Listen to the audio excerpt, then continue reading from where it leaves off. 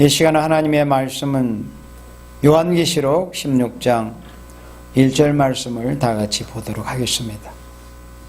요한계시록 16장 1절입니다.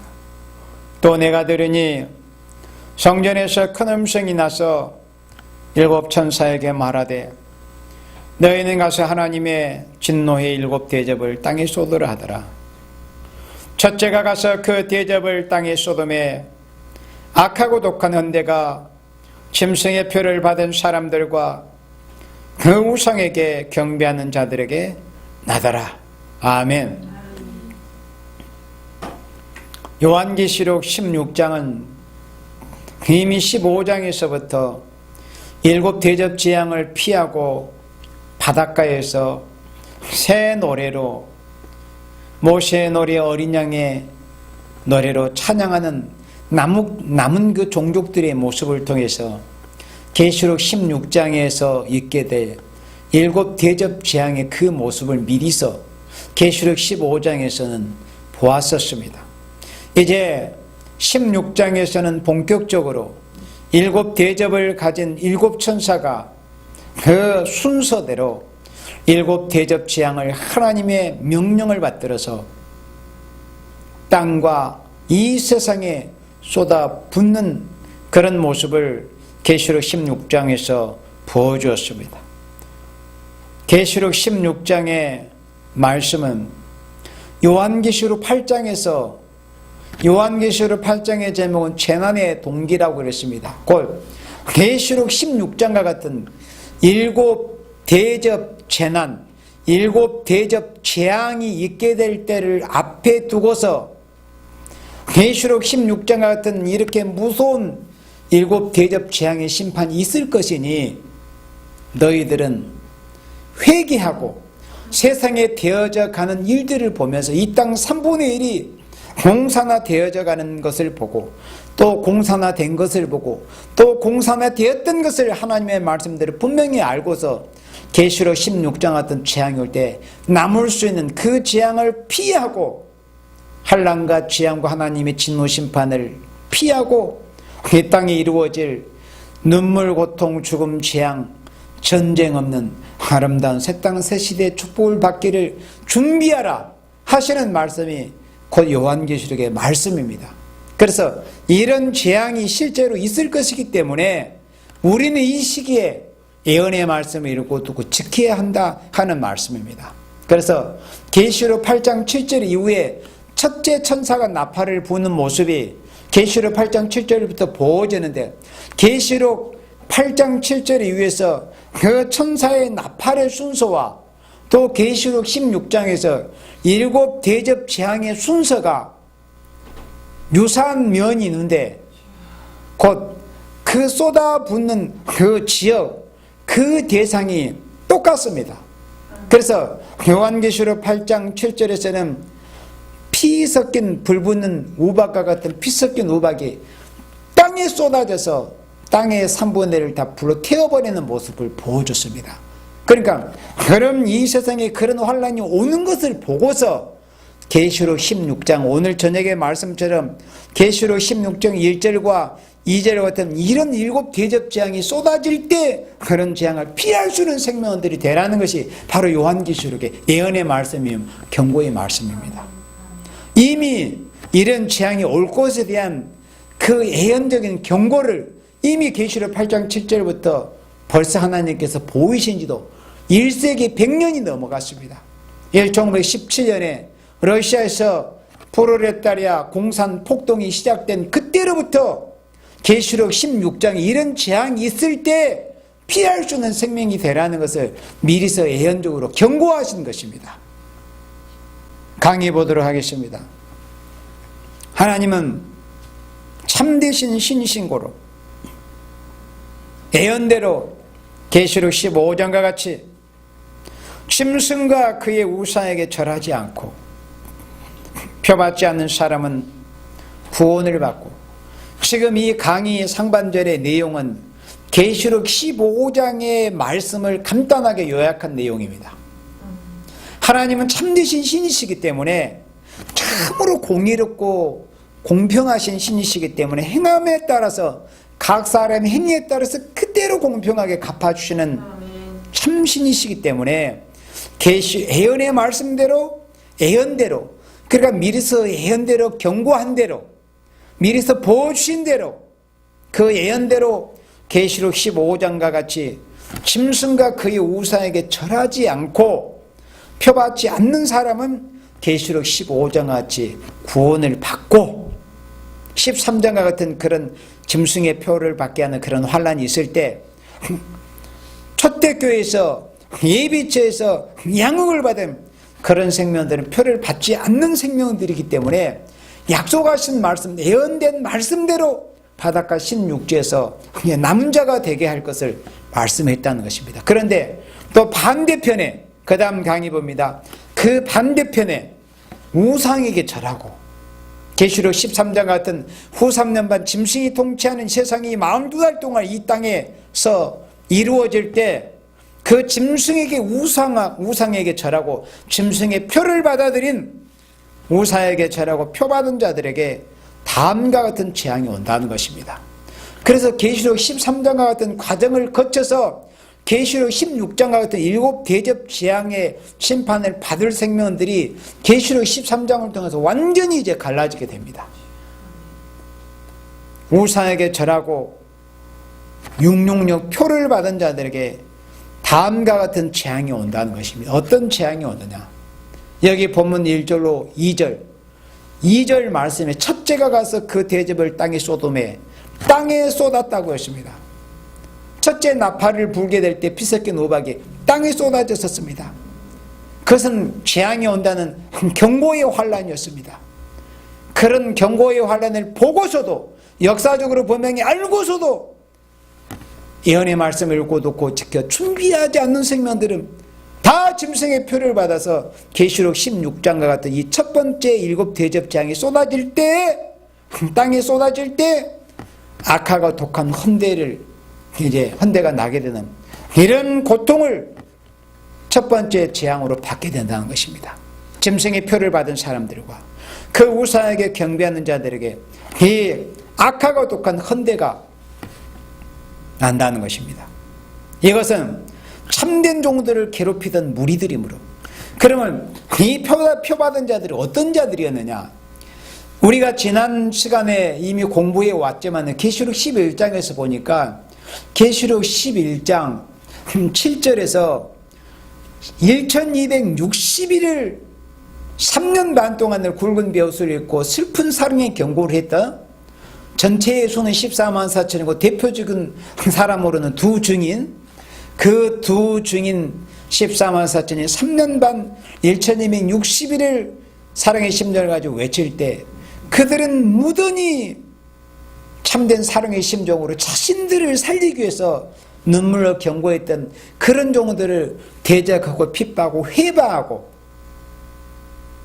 괴롭혔던 이런 자들이었습니다. 그래서 아무리 입맞은 종, 두 종인 14만 천을 해치려고 해도 그들은 해칠 수가 없었어요. 1260일 동안 하나님의 하늘 권세와 땅의 권세가 두 중인가 14만 4천에게 함께 했기 때문에. 그런데 그 어느 날 갑자기 1260일이 끝나는 그 시점에서 갑자기 짐승들에게 맥없이 죽임을 당해 쓰러지는 모습이 보이니까 3년 반 동안을 대적했던 이런 무리들이 어떤 모습을 보였습니까?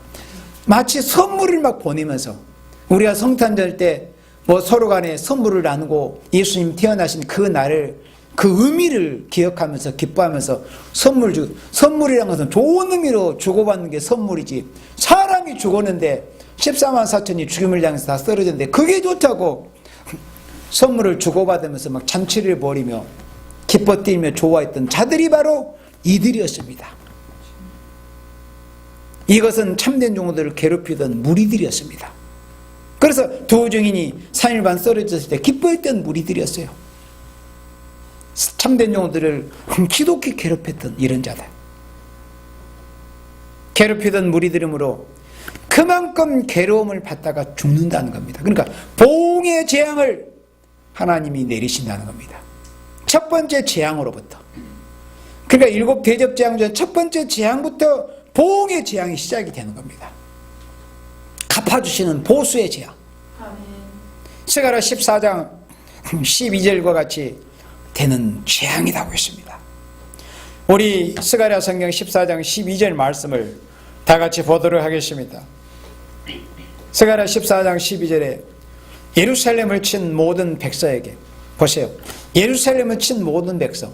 그러니까 여기서 예루살렘은 이 마지막 시대에 참으로 남을 교회들입니다. 스가랴 4장에서 보여준 순금능대와 같은 그런 교회였고, 계시록 12장 같은 해를 입은 여자와 같은 그런 교회입니다. 또 스가랴 5장 같은 큰 학의 두 날개가 있는 그런 촛대 교회입니다.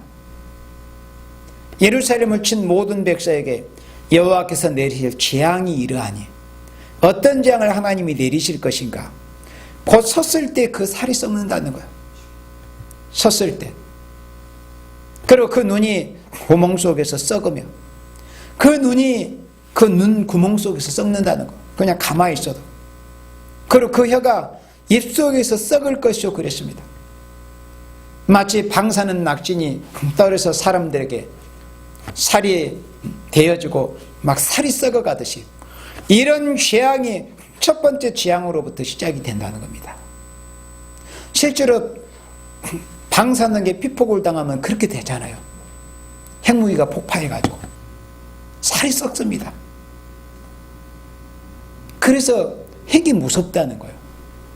그러나 잘 다스리기만 하면 가장 또 유익하게 인류 생활에서 유용하게 사용할 수 있는 게 또 핵입니다. 그런데 인류가 그것을 잘못 사용했다는 거죠. 그런 걸 하나님께서 요엘 3장의 말씀처럼 인간들이 준비해 놓은 그 무력을 통해서 하나님께서 재앙을 내리시는 것입니다. 마지막 7번째 대접 재앙에서 공기가 불에 타는 그런 재앙이 내리는 것입니다.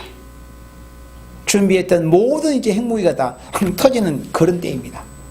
그러나 첫 번째 재앙은 살이 썩는 이런 재앙, 악하고 독한 헌대가 나는 이런 재앙이 참된 종들을 괴롭히고 대적했던 이런 자들에게 나게 된다. 이런 고통이 있게 된다는 것을 말씀을 했습니다.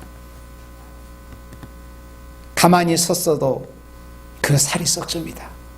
그리고 그 눈이 구멍이 썩습니다. 왜 참된 종들이 미워합니까? 왜 예수님을 미워하고 예수님이 사랑하시는 종들과 예수님이 사랑하시는 성도들을 왜 미워하고 예수님이 사랑하시는 교회를 왜 미워합니까? 가만히 있을 때 그 눈이 그 구멍 속에서 썩는다고 했습니다. 그 혀가 입속에서 썩는다고 했습니다. 왜 괜히 남을 참수합니까? 왜 진리를 대적하고, 왜 쑥물을 먹이며, 왜 말씀을 혼잡스럽게 하고, 왜 공연히 남을 저주하고, 왜 입술로 괜히 남을 욕하고, 진실을 말하지 않고, 다 자기네들의 죄값을 받는 겁니다.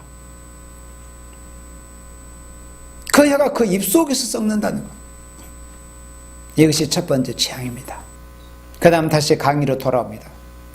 하나님은 이와 같은 심판을 하기 위하여 13장과 같은 시기를 두고 까불어본 것이다 그랬습니다. 아까 말씀했지만 13장 짐승의 표를 받게 해서 그 표를 받는 자들은 다 이런 재앙을 받게 합니다. 그러나 요한계시록 13장의 말씀이에요. 어린 양의 창세 이후로 어린 양의 생명책에 그 이름이 농명된 쓰여진 생명들은 짐승의 표를 받지 않게 해주신다고 했습니다. 그리고 어린 양의 생명책에 그 이름이 기록되지 않는 자들은 누구든지 다 후 3년 반이라는 짐승의 통치가 이 세상에 있게 될 때 그 짐승의 사상을 받아들이고 그 사상을 받아들임으로 인해서 짐승의 우상에 머리 쓰고 절하고 굴복하는 그런 일이 있습니다. 그러면 어떻게 됩니까? 계시록 14장 9절 이어서 보았듯이 영원한 지옥 유황불못에 던져서 세세토록 고난의 연기가 올라갈 것을 말씀했습니다. 짐승의 표를 받게 되면. 그래서 첫째 화는 왕권받은 종들만, 왕권받을 종들만 골라세우고 해서 황충이라는 인간 악당을 들었었습니다. 둘째 화가 올 때는 하나님께서 예비체 해를 입은 초대교회를 보호하시는 그런 보호 역사를 통해서 둘째 활을 하나님께서 피하게 하셨습니다. 그런데 여기 일곱 대접장은 이제 세 번째 화에 해당이 됩니다. 계시록 8장 13절에서 공중에 날아가는 독수리가 화가 3대 화가 있다. 그래서 요한계시록은 3대 화를 말씀한 3대 화가 올 것을 경고한 말씀이 요한계시록이고 또 3대 화를 피할 수 있는 비밀이 요한계시록의 말씀입니다. 그래서 예언의 말씀을 읽고 듣고 지킴으로 첫째와 둘째와 셋째와를 피하게 되는데 첫째와를 피하는 종들이 예언의 말씀을 듣게 하나님께 인정받는 종들이 황충이 때 피해가 올 때 그 황충 때 피해를 당하지 않게 되는 겁니다. 그리고 예언의 말씀을 읽고 듣고 지키는 교회는 계시록 12장처럼 하나님께서 저를 양육하기 위하여 하나님 예비하신 곳이 있더라는 그 예비체에 들여보내가지고 세상과 구별되게 해서 그곳에서 둘째 화를 피하게 하신 겁니다.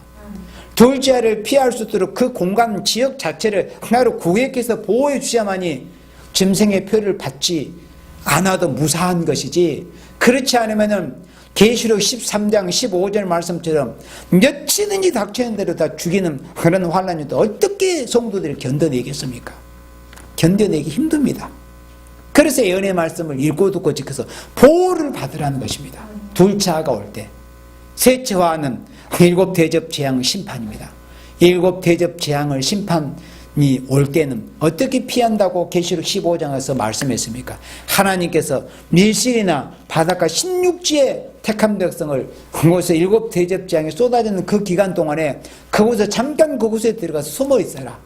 그렇게 해서 피하게 한다는 것을 말씀했습니다. 그러므로 예언의 말씀을 읽고 듣고 지키지 않는 오늘날 교회에 출입했던 생명들이든 불신자들은 모두가 다 일곱 대접 재앙을 받게 될 것이고 또 이 시간 오늘날 교회에 출입한다고 하는 사람들 중에도 마지막 하나님이 세워놓으신 영육 구원의 법인 예언의 말씀을 읽고 듣고 지키지 않으면 셋째 화의 피해를 당하게 된다. 그 셋째 화의 피해를 받는 것이 바로 일곱 대접 재앙을 받는다는 말씀입니다.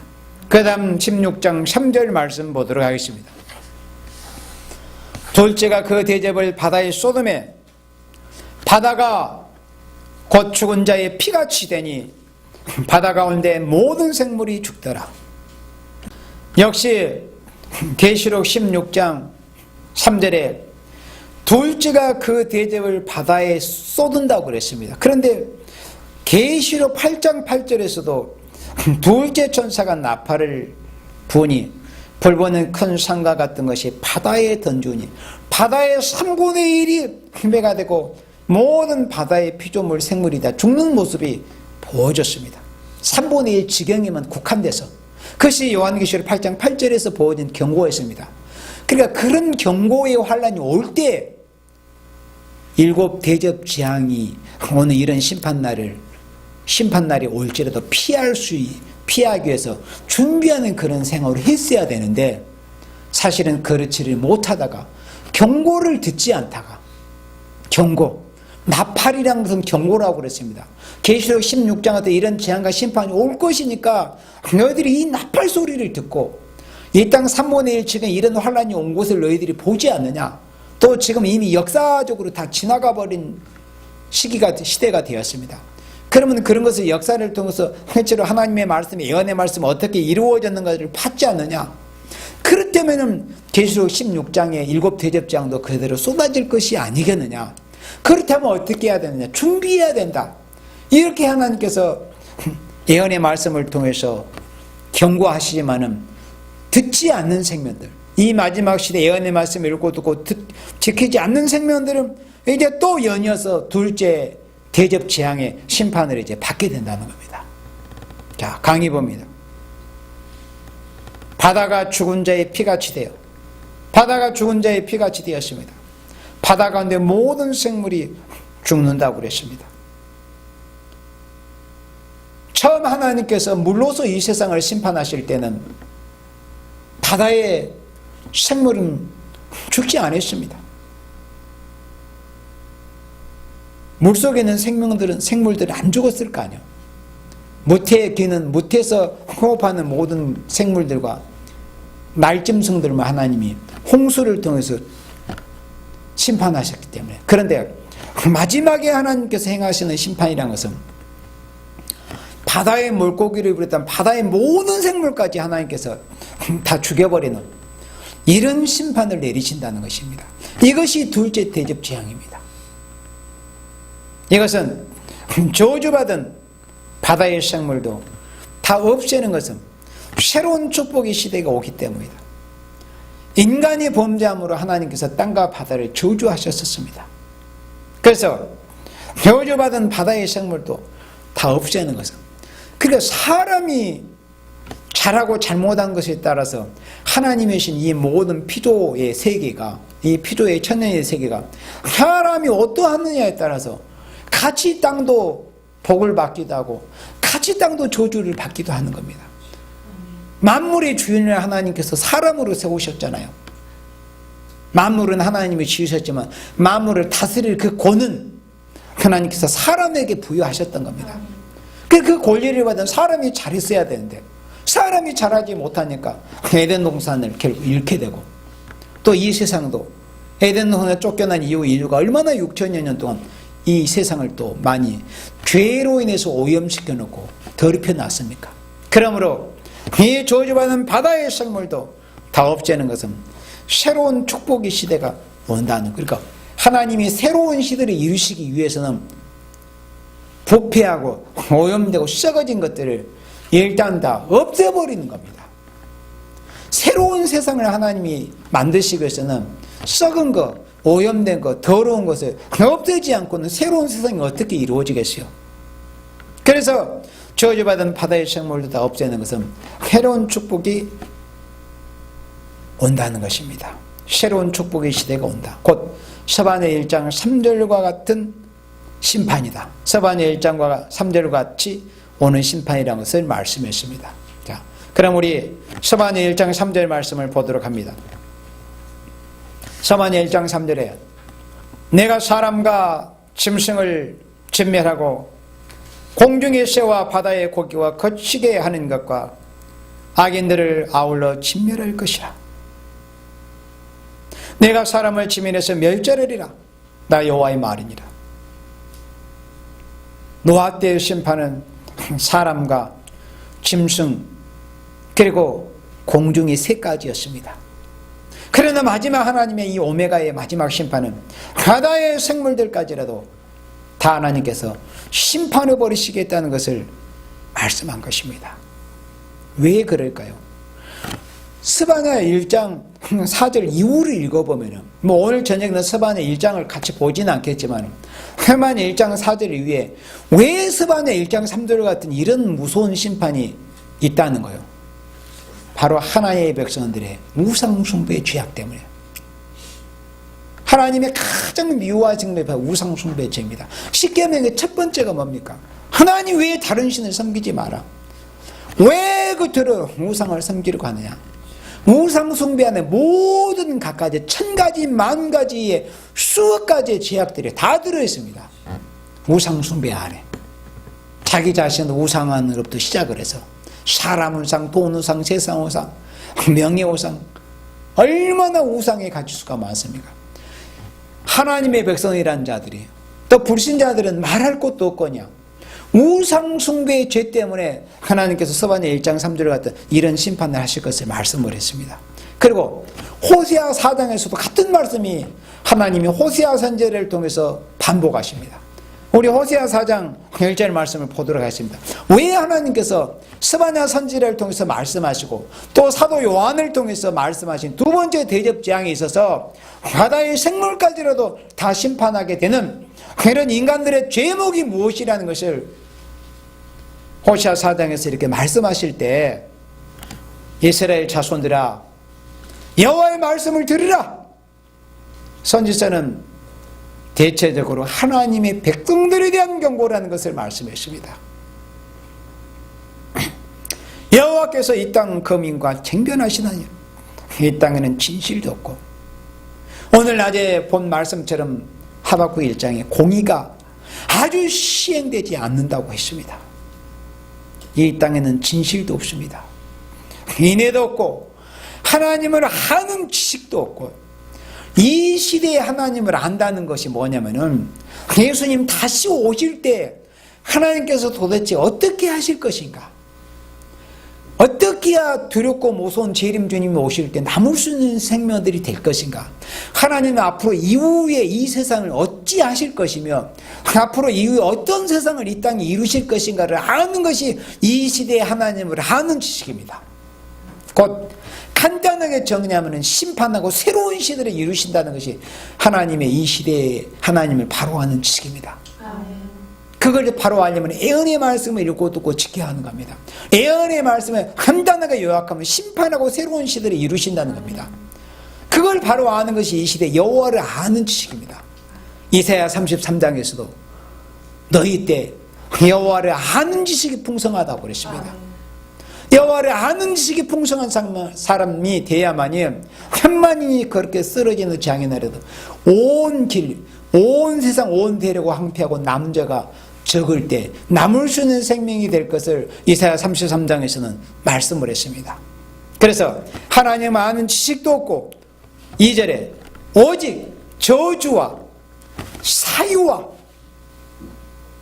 살인과 투절과 가는 뿐이요 강포하여 피가 피를 뒤대임이라. 이런 모습을, 이렇게 부패한 모습을 보이고 있다는 것. 여주, 거짓된 것, 사이, 살인, 사람 미워하는 것, 투절, 왜 투기합니까? 시기하고, 또 간음, 영적 간음, 육적 간음, 또 강포, 어느 때든지 심판 때는 인간들의 모습이다. 강포의 모습이 보여줬다고 그랬습니다. 피가 피를 뒤대임이라. 온통 이런 죄악으로 버무러진 이런 죄악의 모습을 보임으로 인해서 3절에 그러므로, 그러니까 1절과 2절 같은 이런 죄악의 모습으로 인해서 3절 같은 이 땅이 슬퍼하며 무릇 거기 거하는 자와 들 짐승과 공중에 나는 새가 다 쇠잔할 것이요 그 다음에 바다의 고기도 없어지리라 그랬습니다.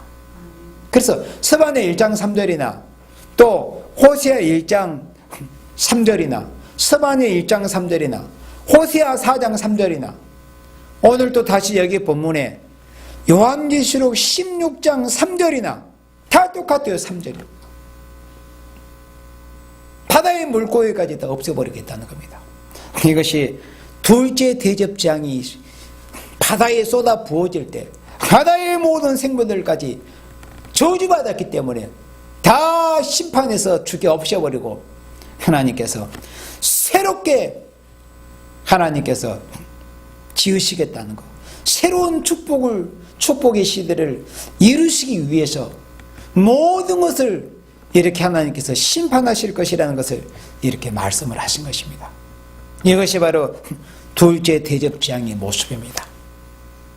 이 시간은 여기까지 보도록 하겠습니다.